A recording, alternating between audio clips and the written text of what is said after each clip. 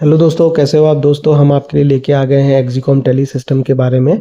एक बेसिकली आज चेकलिस्ट लेके आ रहा हूँ मैं सारे शेयर्स की, कि आपको ये चेक करना है। जो आप सवाल पूछते रहते हो कि कोई शेयर खरीदें नहीं खरीदें, तो आपको ये सवाल भी करने हैं अपने आप से, या जिसका भी आप वीडियो देख रहे हो उससे, या फिर आपको खुद से सर्च आउट करने हैं कंपनी पे कि क्या जो कंपनी की चेकिंग पास लिस्ट है, कि होता है ना मार्क्स की, आपने एक पेपर दिया 30% मार्क्स आए तो आप पास हो, नहीं तो फेल हो, या फर्स्ट डिवीजन है, सेकंड है, थर्ड है।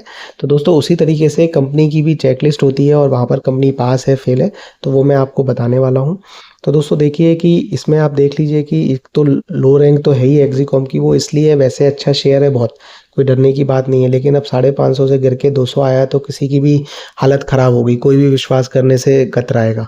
तो दोस्तों ये लो रैंक है इसकी, और 6 इसके पॉजिटिव है और 16 इसके नेगेटिव है।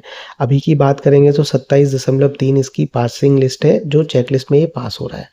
अब मैं दोस्तों आपको बताने वाला हूँ इसका चेकलिस्ट की जो सवाल हैं, जो सारे क्वेश्चंस हैं, वो क्वेश्चंस क्या क्या हैं।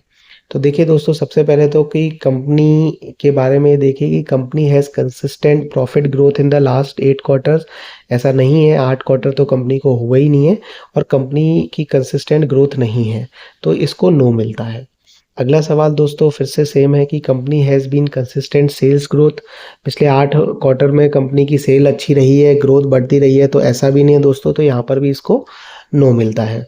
अगला सवाल है दोस्तों कि company has high tender line durability score. ऐसा भी नहीं है, तो नो मिलता है।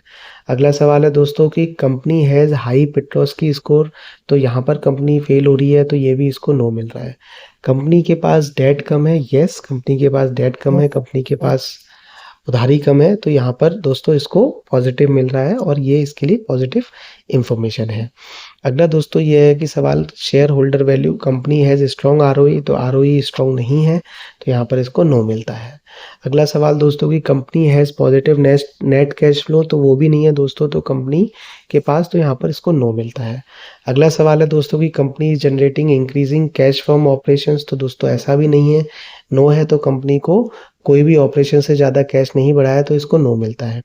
अब देखिए दोस्तों, जो इम्पोर्टेंट सवाल है कि एफआईआई और FPI are buying the stock. नहीं, कंपनी के स्टॉक कोई भी एफआईआईज और डीआईज बाइक नहीं कर रहा, लेकिन प्रमोटर्स की तरफ से जो बाकी स्ट्रॉन्ग चीज़ें हैं वो मैं आपको बताता हूँ। पहला सवाल है कि promoters are buying the stock और ओनरशिप इज स्टेबल। यस, कि जो इसके मालिक हैं, जो प्रमोटर्स हैं, वो जो शेयर खरीद रहे हैं, तो उनके पास जो ओनरशिप है वो स्टेबल है, वो रोज रोज अपनी ओनरशिप बेच नहीं रहे हैं, यानी अपने शेयर डाइल्यूट नहीं कर रहे हैं।